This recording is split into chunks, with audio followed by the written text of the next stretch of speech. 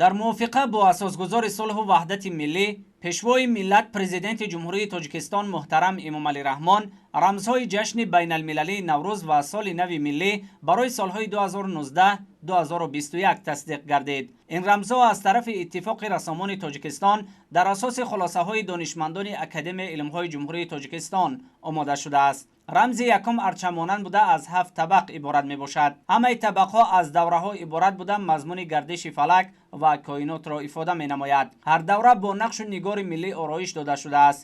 дар гирдогирди табақҳо гулдузиҳои гуногун ва дар табақи охирони суманак гули наврӯзӣ чун нишонаи эҳёи табиат гузошта шудааст. дар асоси хулосаҳои донишмандон, мардумшиносон ва фолклоршиносони тоҷик ва дигар олимони ҳавзаи Наврӯз аз миёни рамзҳои наврӯзӣ ки аз гулҳои бойчечак, сиёҳгӯш, лола, гули зард, шохи дарахти ғунчадор ва паррандаҳои асотирии симурғ ва парасту иборатанд, суманак ва гули наврӯзӣ ҳамчун рамзи истиқболи ҷашни Наврӯзи байналмилалӣ, соли нави миллӣ ва пайки омади баҳори файзбор дар ҷумҳурӣ қабул гардид. минбаъд суманак ва гули наврӯзӣ ҳамчун рамзи миллӣ барои ҷашнгирии соли нави миллӣ ва Наврӯзи байналмилалӣ истифода хоҳад гашт. донишмандон бар он ақидаанд ки суманак дар ҳамаи минтақаҳои Тоҷикистон маъмул буда ҳамчун рамзи сарсабзӣ ва хуррамӣ дар арафаи соли нави миллӣ ва ҷашни Наврӯз омода мешавад. суманак инчунин ифодагари пайдо шудани заминдорӣ ва кишоварзӣ дар миёни қабилаҳои ориёӣ буда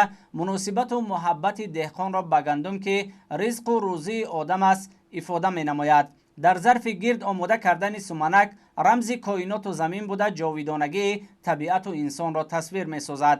баъди ҷаҳонӣ шудани иди Наврӯз, Созмони Милали Муттаҳид ва Созмони ЮНЕСКО суманак дар кураи заминро бо навиштаҷоти рӯзи Наврӯзи байналмилалӣ ҳамчун рамзи наврӯзӣ интихоб карда дар шабакаҳои иҷтимоӣ паҳн намуданд.